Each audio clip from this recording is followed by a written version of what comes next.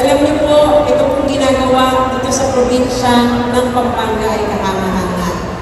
Nakarinig na po ba tayo kahit saan man sa ating bansa na na gumagawa po ng medical mission para po sigurado na maayos ang ating mental health.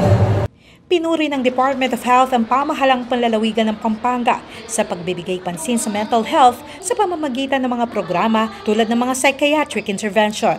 Nagkaroon ng medical mission ng Alagang Nanay Preventive Healthcare Program para sa mga pasyenteng may issue sa mental health sa Bransigiao Convention Center noong Miyerkules, Mayo 22.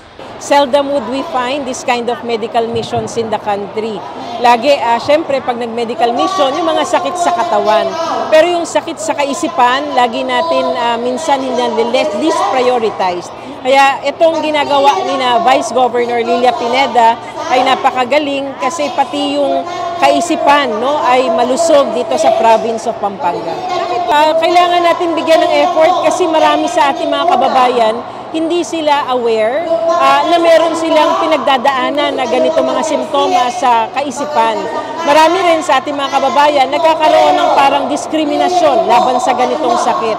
Kaya maganda itong ginagawa nating mission for mental health dahil bukod sa ginagamot natin sila, tinataas natin ang antas ng kanilang kaalaman ukol sa sakit na ito. May libreng check-up at gamot para sa lahat ng dumating, gaya ni Aling Joan kasama ang 24 anyos na kapatid na may mental illness. Maraming po salamat sa binigay nila ng grasya sa amin, lalo na kay Nanay Pineda. Maraming po salamat. Sa kabuuan, 1,191 ang mga psych patients na nakapunta.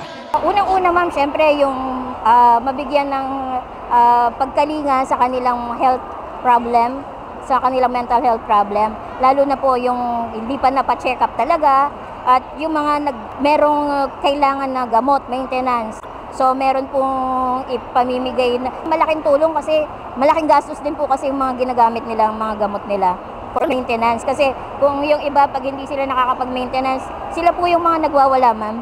Nararamdaman po ng mga pasyente kahit po ng mga ka-PWD ko po na naiisip din po ni Gob kung ano yung dinaranas ngayon ng mga kapwa ko po PWD. Binigyan din naman ni Vice Governor Lilia Nanay Pineda na kinadawa ni Governor Dennis Delta Pineda ang pangangailangan na alagaan ng lahat ng Kapampangan, lalo na ang mga may problema sa pag-iisip, para ipakita sa kanila at sa kanilang mga pamilya na sila ay pinahahalagahan at sinusuportahan.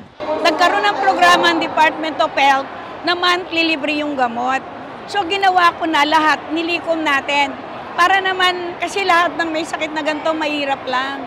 So ang sabi ko nga, sa DOH, kailangan walang maiiwan na may problema ng mga problema sa isip. Bawat benepisyaryo ay tumanggap din ng 3,000 pesos na cash payout mula sa Department of Social Welfare and Development, habang may pa-take home naman na food packs mula sa Kapitolyo.